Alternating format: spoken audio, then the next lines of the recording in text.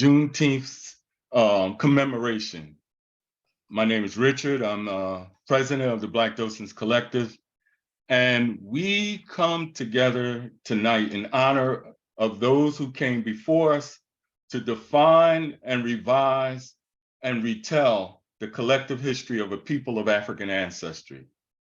Juneteenth is not an event, it is a commemoration of a journey towards freedom, a journey towards the ending of what Toni Morrison calls the white gaze on the stony road we travel. We come together tonight to retell the story of what started in Galveston, Texas, known as Juneteenth, and the continuation of Black resistance. Black Docents Collective is honored this Juneteenth to define Juneteenth through the lens of Black resistance and how it manifests itself in education, storytelling, art, and poetry. Let me introduce where I should have started by stating the mission of Black Docents Collective. The Black Docents Collective is an organization whose mission is to educate, empower, and heal the Philadelphia African American community through the celebration of our history, culture, and African values. This mission was developed so that we can be able to do what we do tonight here at Juneteenth and provide, hopefully for you and for our broader community, the enjoyment of this commemoration of our freedom and liberation. And I'd like to thank you and hope that you enjoy yourself.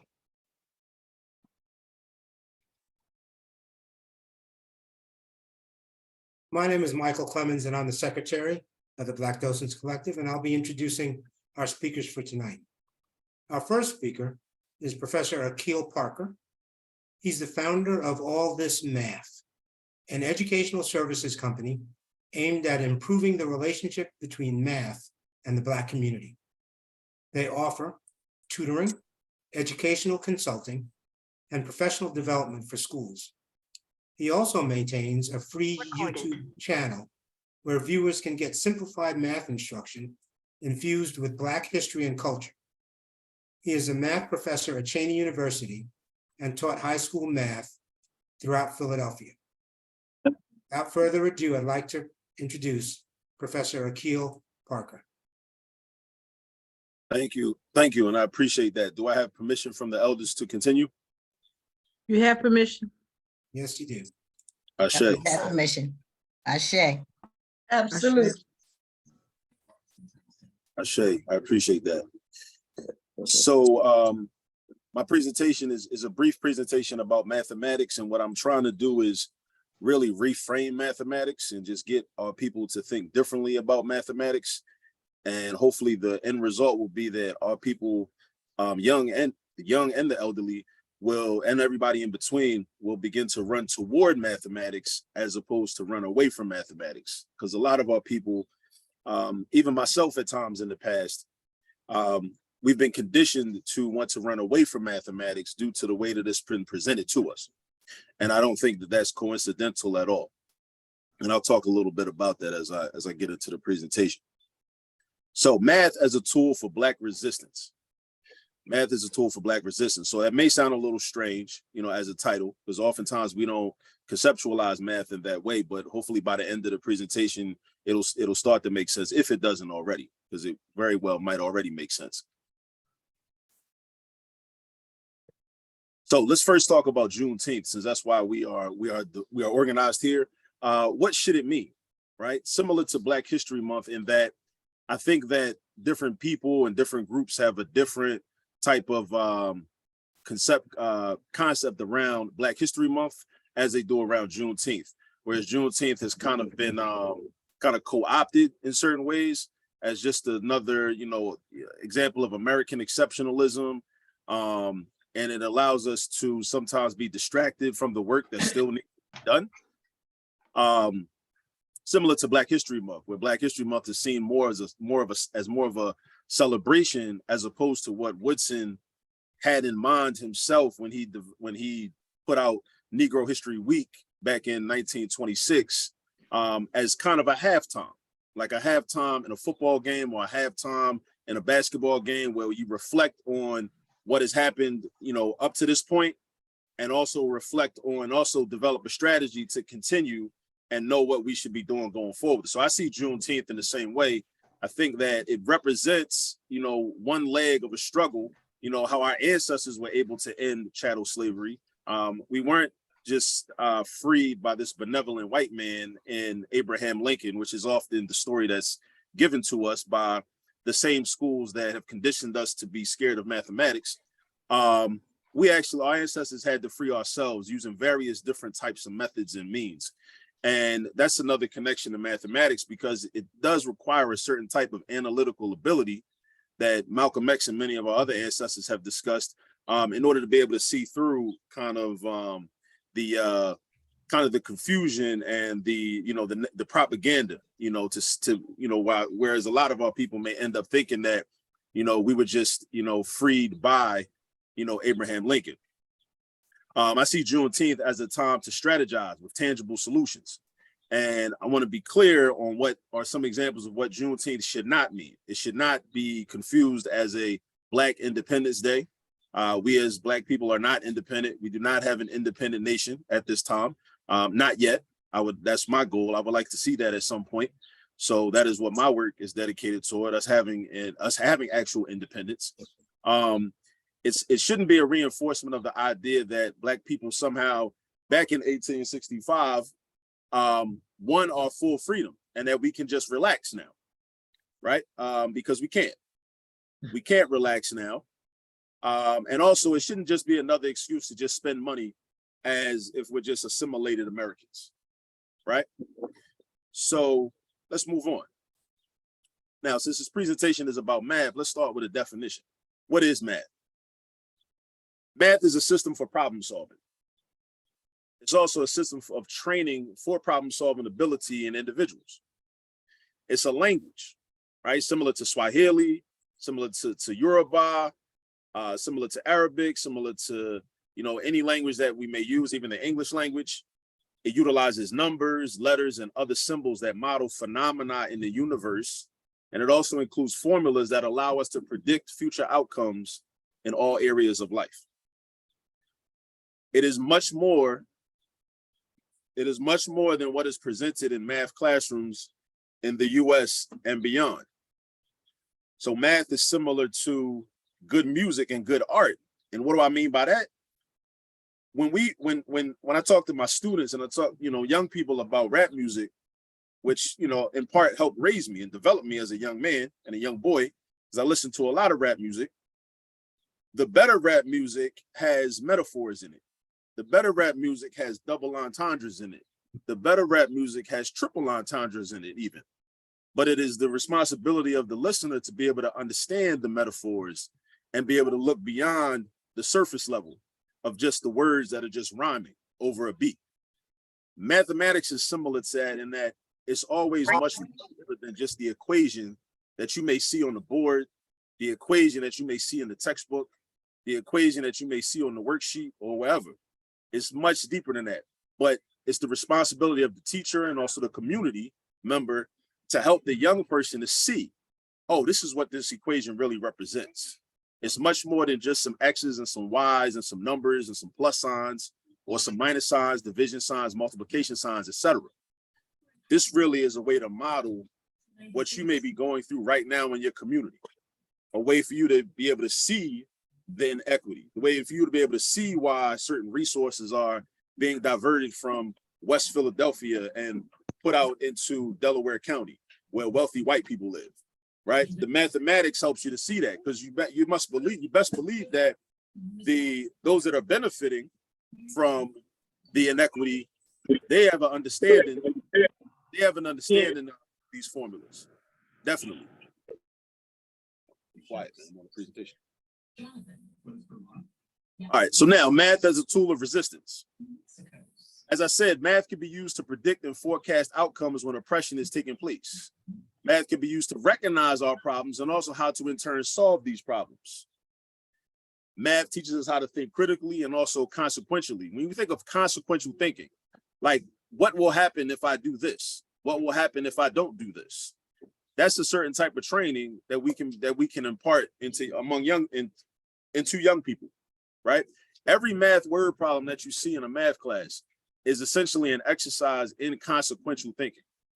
You're given information, you're given a scenario, right? You're given information, you're given a scenario, and then you're asked, well, what will happen if this happens? Or what will happen if we increase this amount by this quantity by a certain amount? What will happen, right? This, in a sense, trains us to think consequentially and also to think critically. Now, math, as I mentioned, math is about problem solving, right? So there's also a branch of mathematics called game theory. And within game theory, you have zero-sum games, which I'm sure some of us are familiar with, just the concept of a zero-sum game, right? So I think about this term from Latin called cui bono, which means who benefits, basically. So mathematics is about problem solving. It's the essence of problem solving. It's rooted in problem solving. It enables us to solve our problems. Going through the practice of solving equations, doing geometric proofs, doing higher level mathematics, even doing arithmetic, helps to develop us mentally in terms of how to solve problems. Now, if I'm a part of a group that is being oppressed, there is a group that is oppressing me, and I have problems because of that. My collective group has a huge problem because of that. Now, if I lack the problem solving ability, then that means I cannot solve my problem, and then that group that is benefiting from my problem can be safe and comfortable, because they may profit financially by millions and millions of dollars based upon this problem that I have. So when we think about game theory and how that plays into this, if I'm able to solve my problem, now I have created a problem for that other group that once was benefiting. So again, if I'm able to solve my problem, now me solving my problem now creates a problem for the group that was benefiting from my problem. So with that in mind, we should understand why it's not accidental that mathematics is marketed to us in the way that it is, why so many of us grow up and go through life thinking that mathematics is either too difficult for us. We think that we're not intelligent enough to master it. We also think that it is futile and irrelevant to our lives, because what that does is it causes us to disqualify ourselves from the practice of mathematics on a deep level, in which we kind of end up behaving like Malcolm X's 7th grade English teacher, who told him because he was a quote unquote nigger, he couldn't become a lawyer. So what ends up happening is we buy into this negative propaganda around mathematics, and then we think, well, mathematics is too difficult, right? And then we essentially disqualify ourselves. Kwame, I'm sorry, come here. We essentially disqualify ourselves from a lot of the STEM fields, from computer science, from medicine, from architecture, from different types of engineering, all of these different skills and occupations that are required for nation building, right? So I just want to emphasize that point. Stay up here with me. I just want to emphasize that point, that the problem solving aspect, we have to be kept, in order for the status quo of the United States and Western society in general to be maintained, the large quantity of us as a people have to be kept in a state where we cannot solve our problems. And we have to even be trained and conditioned to believe that it is impossible to solve our problems. And my opinion is that mathematics is not the only tool, but one of the most important and invaluable tools in terms of helping people to develop their problem solving ability. So once I take that away from you and I convince you that you shouldn't even go toward that you should run away from that skill and run away from that ability, then now I can be safe if I want to oppress you. So in terms of a tool, as a tool of resistance, once we can kind of reorient ourselves in terms of how we should regard mathematics, then we'll be able to, make some serious changes in terms of how we function as a community. Yes, Kwame. Go inside. Okay, go inside. All right. So also, this is not an exhaustive list, but I just picked some what I consider Black radical math exemplars. I have Sundiata Acoli down here, recently freed political prisoner who was on the New Jersey Turnpike with Assata Shakur back in 1973, when Zaid Malik Shakur was murdered by the New Jersey State Troopers. I include him because he actually was a mathematics major at Prairie View A&M University in Texas prior to joining the Black Liberation Army. I have Adam Clayton Powell Jr. Shown here in the bottom right corner. He actually, before becoming a politician and a man of the cloth, was a mathematics major at Colgate University.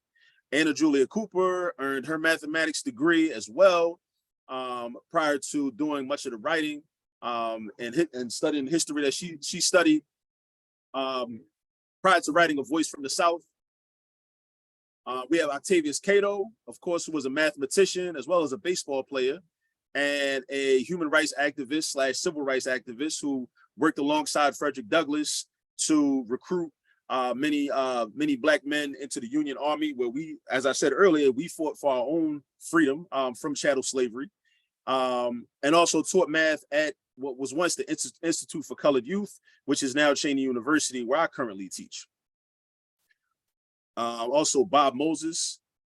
Bob Moses, you see up here, up in the upper right-hand corner, founder of the Algebra Project and co-author of Radical Equations, a book I definitely recommend to anyone in this meeting, who we co-authored along with Charles Cobb, where one of the things I learned from Radical Equations was that mathematics education is the civil rights issue of the 21st century. And I definitely believe that from my experience in the classroom, from the beginning, from my beginning in 2005 up until now in 2023. And last but not least, I include W.E.B. Du Bois, because even though Du Bois is not seen as a mathematician, a lot of his work included heavy analysis, heavy statistical research, heavy mathematical thinking went into his work. And even what may be a little known fact is that Booker T. Washington offered him a position as a mathematics professor at Tuskegee in around 1896. The only reason he turned it down was because he had already accepted a position at Wilberforce University in Ohio.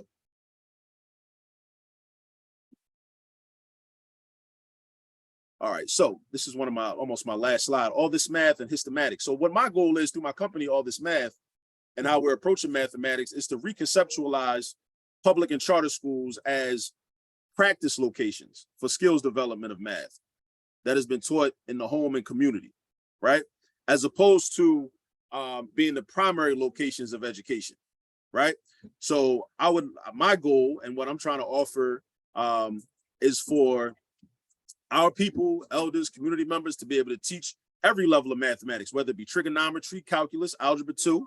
A lot of us currently we may help our children with arithmetic, but we have like this ceiling, this mathematical ceiling that we have, where we say, well, once you get to algebra, I can't help you anymore. Once we get to algebra 2, I can't help you anymore. So now it's up to your teachers. What I would like for us to do is throughout the entire mathematical development of our children, like this child is right here, trying to get some attention from me, that we be able to help them and develop their skills. And if they do go to a public or charter school, now they're only going there for practice, right? They're not going there as, Gian Piaget and his theory, some blank slate that knows nothing without any prerequisite skills. And this kind of ties into the Malcolm X quote about, only a fool would send his children to be educated by his enemy. So what I'm saying is, I don't think real education should take place in these institutions. I think that practice should take place in these institutions. If we need to use these institutions at all,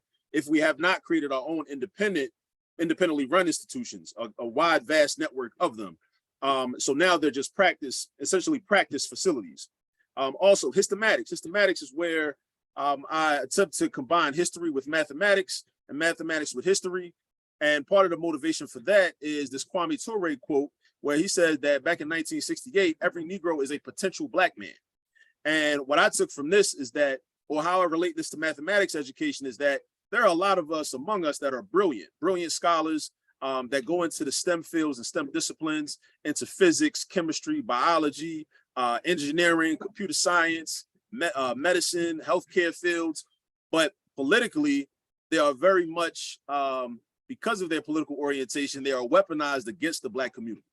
They are very much assimilationist in their politics. They do not have a race-first ideology, and they tend to be used, as I said, as a weapon against their own community. But yet they are brilliant people. And I think that what I attempt to do in the use of my YouTube channel and a lot of my teachings is to incorporate revolutionaries within that. So while young children are learning algebra and learning about how to solve equations, they should also, Kwame, they should also be learning about people like Thomas Sankara. They should be learning about Samora Michelle. They should be learning about Maurice Bishop. They should be learning about Yaa Santua, Queen Nzinga. They should be learning about these types of people while they're developing that mathematical ability. So this is how I see math being used as a tool for liberation, because without math, we will never get free, because math is incorporated into far too much, as I said earlier, in terms of nation building, and not only nation building, but nation maintenance. Nation building and nation maintenance. I mean, just look at any nations that exist now, and even nations that we have had in existence in the past, right? There was definitely mathematics, planning, systems analysis, all of these things that were required in order to maintain these spaces and these political entities. Last but not least, some resources are my YouTube channel, where I just I want us to move away from a lot of the complaining about what school systems are not doing, and just creating resources that our children can use and that parents can also use, so that they can in turn help their own children with their homework. So this is what the All This Math YouTube channel is here for. It's here for parents to be able to provide homework help, and it's here for children to be able to learn math, on their own using a smartphone or a laptop or a tablet. So if they don't have a math teacher in class, which often happens, I know it happens in the school district of Philadelphia, and I'm sure it's happening in other school districts as well, where some students are exposed to this revolving door of just substitute teachers on a constant basis.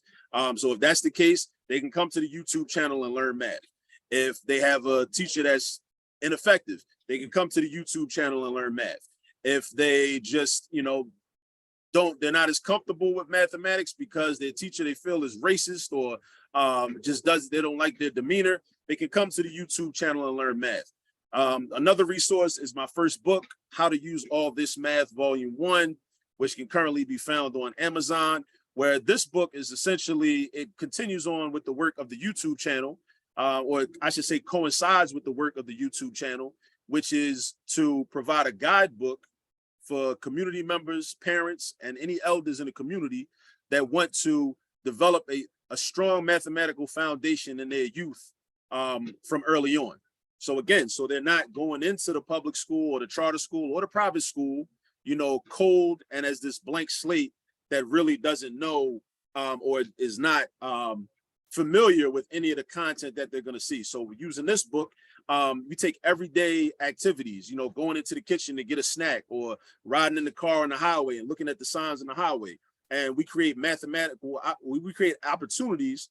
I document different examples of opportunities to make math, do math practice, from the things that you're already doing, right? And that's what this book is for. That's what Volume 1 is for.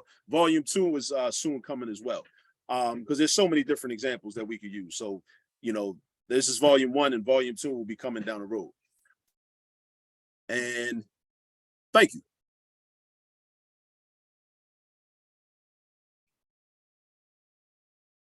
I would just like to say that if during any of the presentations you have any questions, if you would just put them in the chat and we will address them.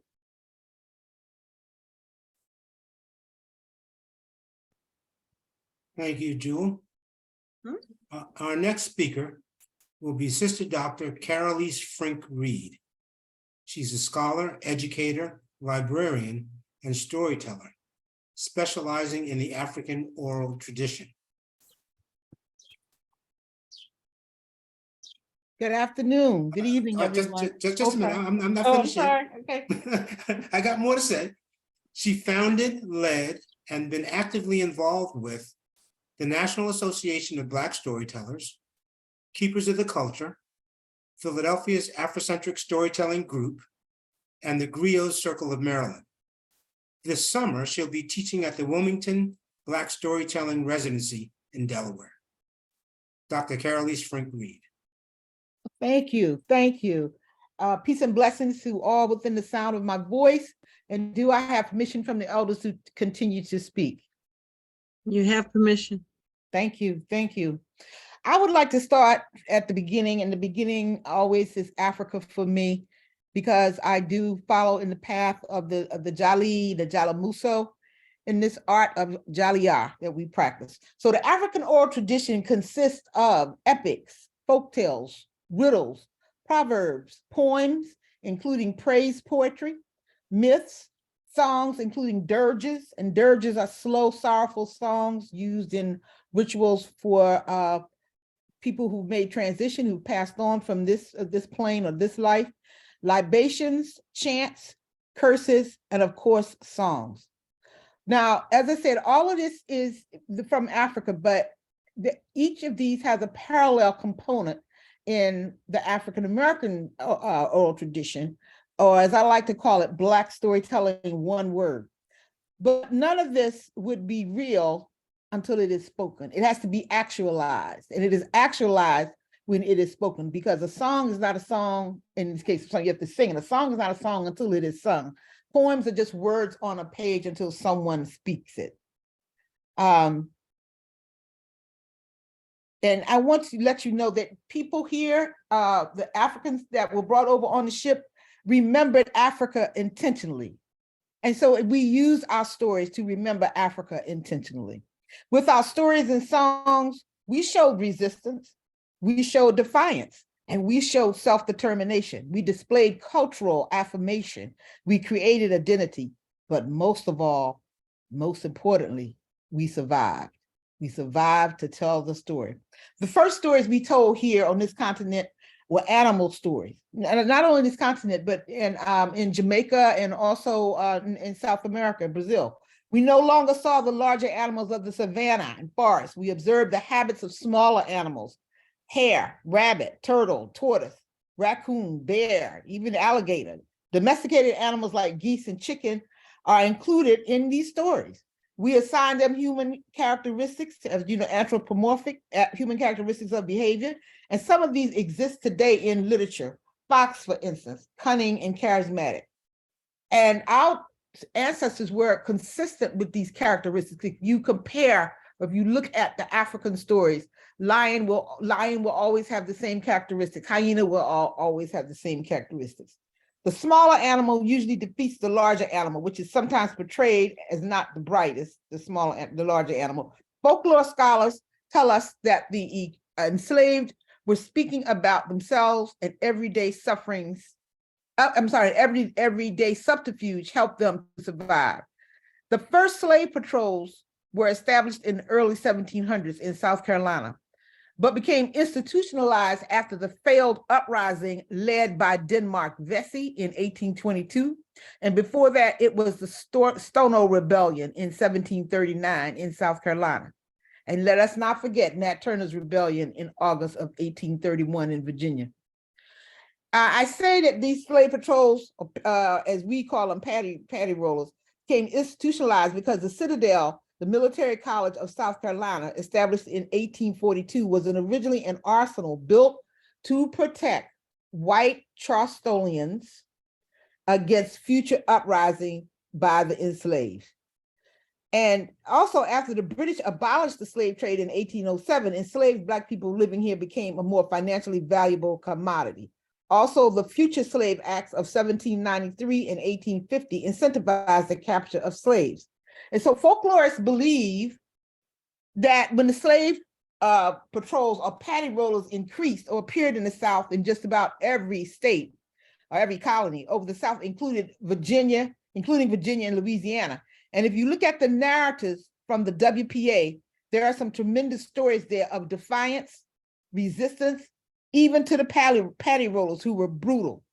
I didn't realize this. I thought the patty rollers were only supposed to be enforcing runaways, but the patty rollers would come in on the land when the enslaved were having meetings, and they would beat them. They heard them praying or singing or worshiping or meeting, talking. They would beat them brutally.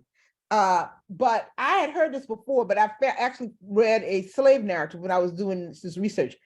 They used to put an iron pot up against the door, and put a stick under it. In some kind of way, the iron pot would absorb the singing, soften the noise. But sometimes they would forget. And in this slave narrative, the sister was saying one old man, and she did call him brother, B-R-U-D-D-E-R, brother, told them to tie vines across the entrance or the path that the paddy rollers would be coming. As the paddy rollers came riding on the horses would trip and fall.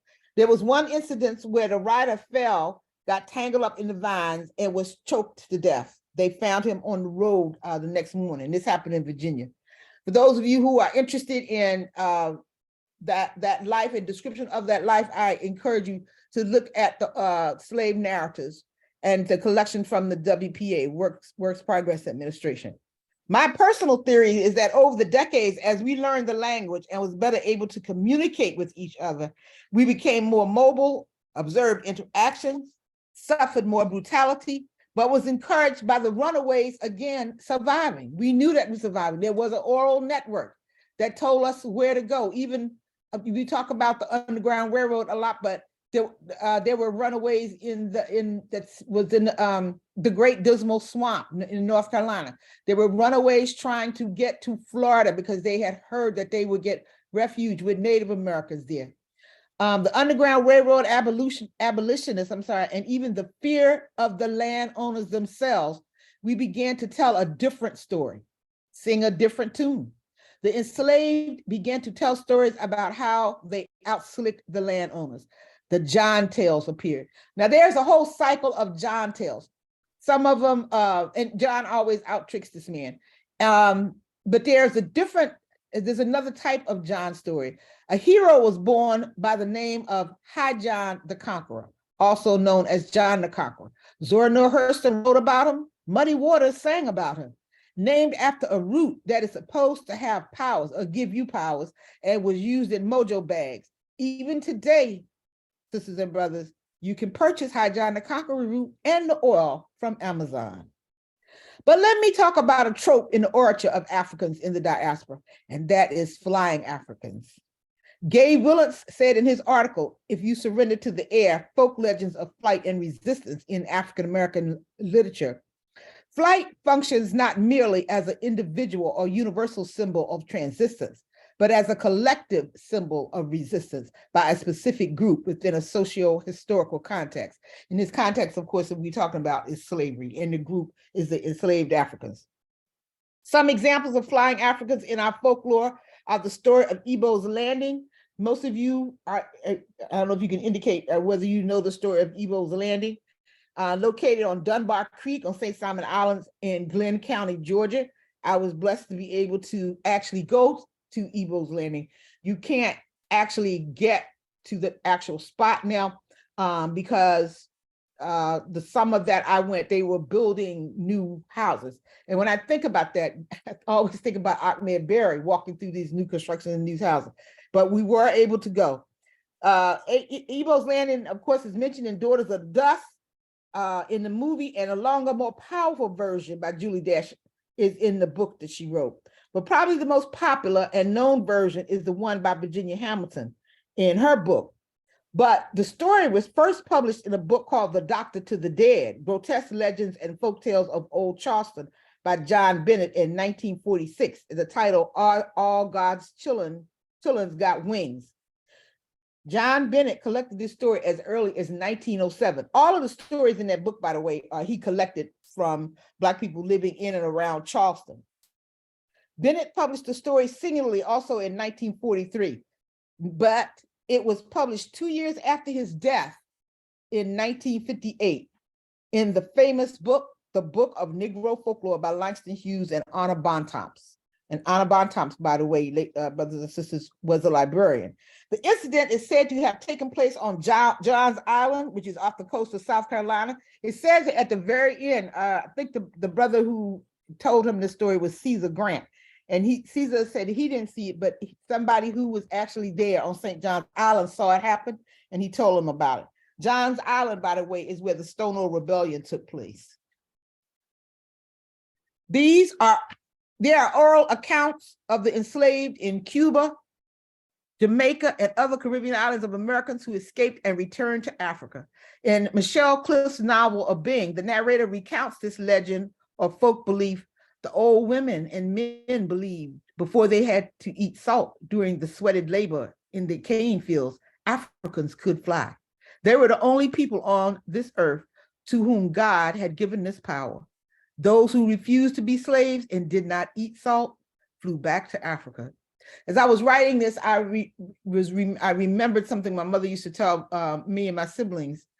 We had a field on the other side of the driveway. They owned a lot of land. It was all fenced in, but she referred to it as a field. And we had birds come. Sometimes we would feed the birds. She would throw out bread or whatever. And she told us one time that if you could catch that bird and put salt on his tail, he could no longer fly. There are a lot of Africanisms that our ancestors, our fathers, mothers, grandfathers, grandmothers remembered, again, intentionally, sometimes unconsciously, consciously. But if they didn't realize that it was all coming from Africa, from ancestors that were here, that came here across the water. There are stories of flying Africans in drums and shadows, studies among the Georgia coastal Negroes, published in 1986. These are the published oral narratives of the Georgia Writers Project, Works Progress Administration. One tells of Africans turning themselves into buzzards and flying back to Africa.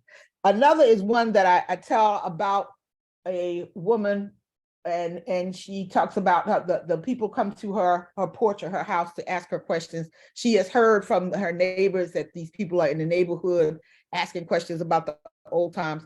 And many times when you read these oral narratives, the informants, as they call them, are reluctant. They'll say, I don't like to talk about those times. Those were hard times. But she did talk about, it was her mother, I believe it was her mother. She said her mother and her sister were captured from Africa at the same time. They used to tell this story, both of them, mother and her aunt. And they were, I guess, if you want to say lucky, they stayed together. They were sold to the same, plantation. So they had that comfort of each other. And mother, of course, got pregnant. You didn't go into any details about that, but she was pregnant, but she still worked after she had the baby. She used to take the baby to the field, but she never adapted. The sister adapted to the life as a little better than the mother. And she said one day she was sitting on the ground. She could no older than 2 or 3 years old. And her mother was crying. And her mother just put the hold down, whatever implement she was using, and started moaning. And the moaning became a song. And it was words that she did not recognize. She had heard them before, but she did not recognize. But she knew that they were not English. And her mother started to spin, just spin and spin and spin. And all she remembers was that spinning skirt. And her mother was gone. Our stories are an oral archive of resistance and resiliency.